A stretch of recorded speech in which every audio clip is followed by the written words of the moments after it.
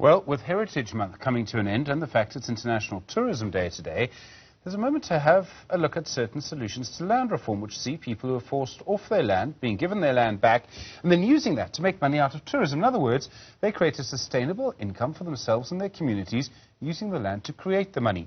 Peter Setou is the Chief Executive of the Vumelana Advisory Fund involved in one of these operations. Peter, good afternoon to you. We know how important our heritage is. We know how difficult land reform has been. We also know how much money tourism can make. How have you been able to put all of this together? Good day to you, Stephen, and to the viewers. Yes, indeed, as we all know, like you rightly pointed out, the issue of land in South Africa is a highly emotive issue, and especially in conservation areas in particular. You have a situation where communities who inhabited these land parcels were forcibly removed from these areas due to discrimination practices of the past. Now, this has invariably led to a situation where such communities are historically opposed to the notion of conservation, which was used to forcibly remove them from their land. So the only way to get communities to embrace conservation in these land parcels that belong to them in the past is to ensure, or rather enable them to reap the economic benefits from the ancestral land whilst maintaining the integrity of the land and the value of heritage site. And we have had some level of experience as Vumelana. Our work as an organization bears testimony to the fact that communities can indeed reap benefits from the restored land. However, government doesn't always have the money or the resources to fund income-generating initiatives for communities.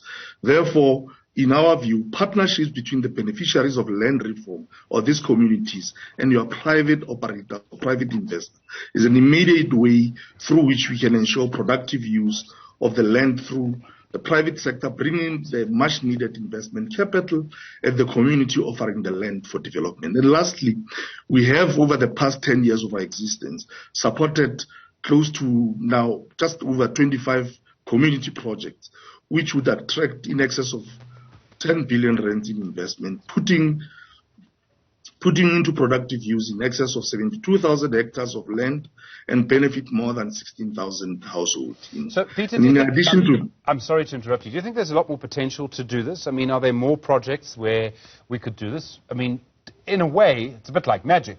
You're actually able to solve a whole lot of problems at once and create income for people. Yeah, the reality is, yes, it is possible to actually replicate this, across various land parcels that are available.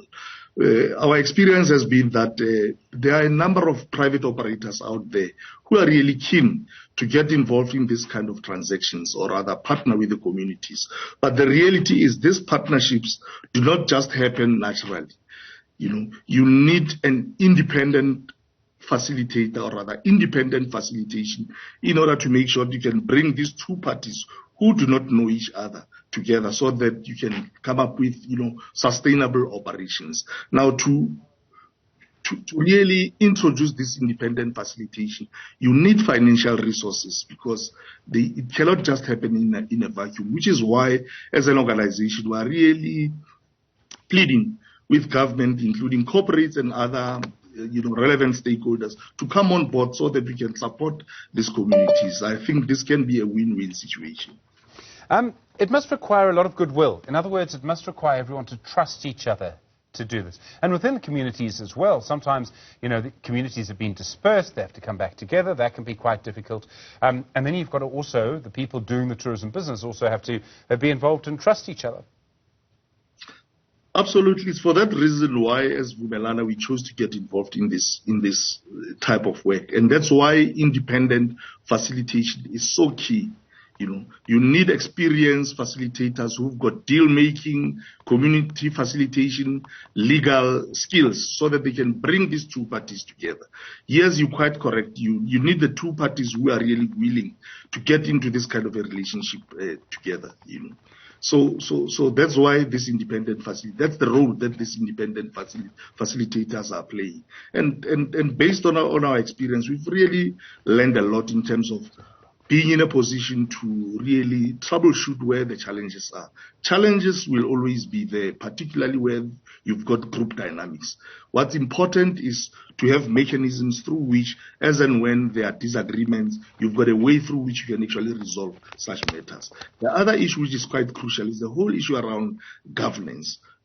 You need to make sure that you can improve on governance levels amongst the communities, because if you don't do that, then the whole issue around trust amongst the communities themselves becomes an issue. So it's for that reason that as Vumelana, once we have actually supported them to clinch deals with private sector players, we would go again to support them with capacity building, making sure that they've got policies and procedures in place to handhold them to a point where they can actually produce audited financial statements and they can report back to their membership. In this way, you also, contribute towards ensuring that there's trust within the leadership that's of the community. Peter Setou, thank you, Chief Executive of the Vumelana Advisory Fund. Do appreciate the time.